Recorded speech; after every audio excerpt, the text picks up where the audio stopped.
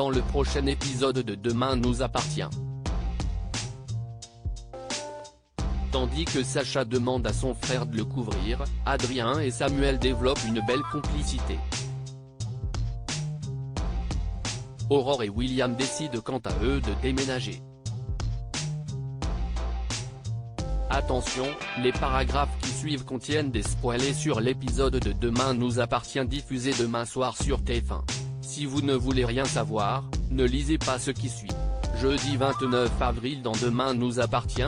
Sacha demande à son frère de le couvrir dans la matinée, Sacha cache le carton d'un miroir dans le coffre de sa voiture. Il contacte ensuite son frère et lui demande de le couvrir pour le soir en faisant croire à Clémentine qu'ils dînent tous les deux. Bien que cela l'embête de mentir à sa belle-sœur, Tristan accepte malgré tout. Très inquiet pour Sacha, Tristan se confie à Ulysse. Et il n'est pas au bout de ses surprises lorsqu'Alex lui révèle qu'il a prêté 1 500 € à son frère. De son côté, Sacha annonce à Solène qu'ils partiront pour Boston le 22 juin prochain. Pour fêter la bonne nouvelle, le coach sportif invite toute la famille à déjeuner mais ses enfants ont déjà quelque chose de prévu.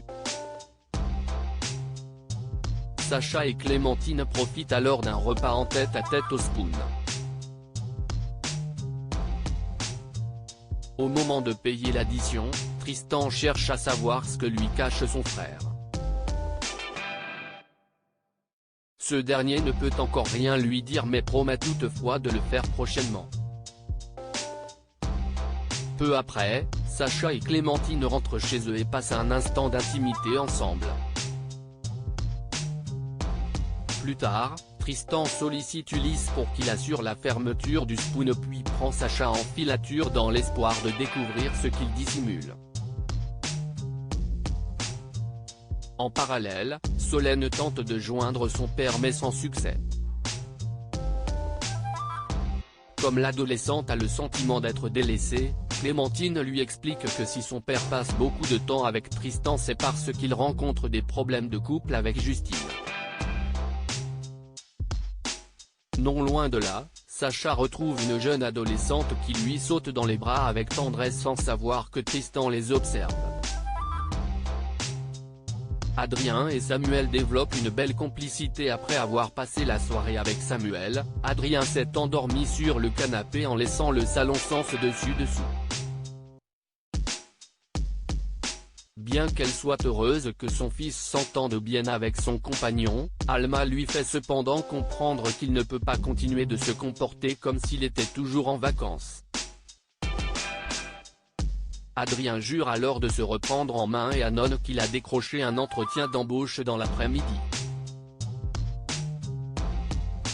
Samuel est quant à lui fatigué de sa soirée et semble avoir du mal à s'en remettre, ce qui amuse beaucoup William qui le taquine sur son âge. Dans l'après-midi, Samuel rejoint Adrien à la sortie de son entretien même s'il n'a pas eu le poste, les deux hommes partagent quelques bières.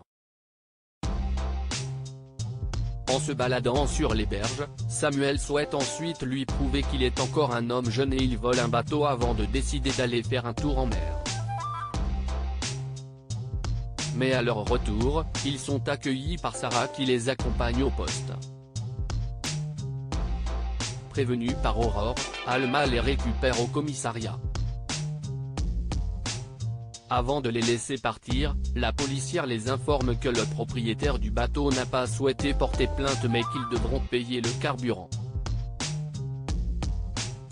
Aurore et William décident de déménager. William rentre chez lui pour déjeuner avec Sophia. Cette dernière, peinée par sa rupture avec Arthur, se livre alors auprès de son père. Elle a beau ne plus aimer Arthur, la jeune femme tient toujours à lui et s'en veut terriblement de lui avoir fait du mal.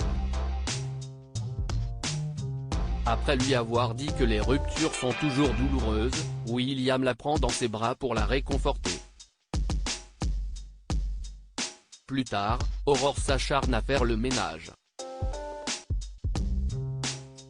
En découvrant une douille laissée par les Beaulieu, elle se met en tête de déménager au plus vite afin de tourner la page.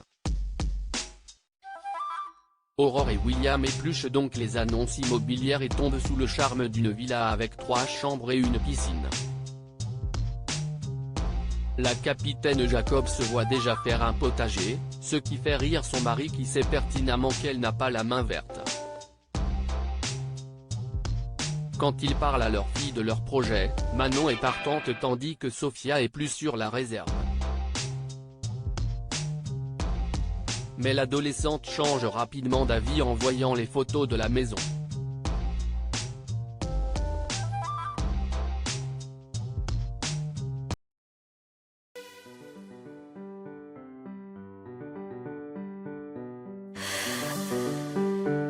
The man I love just had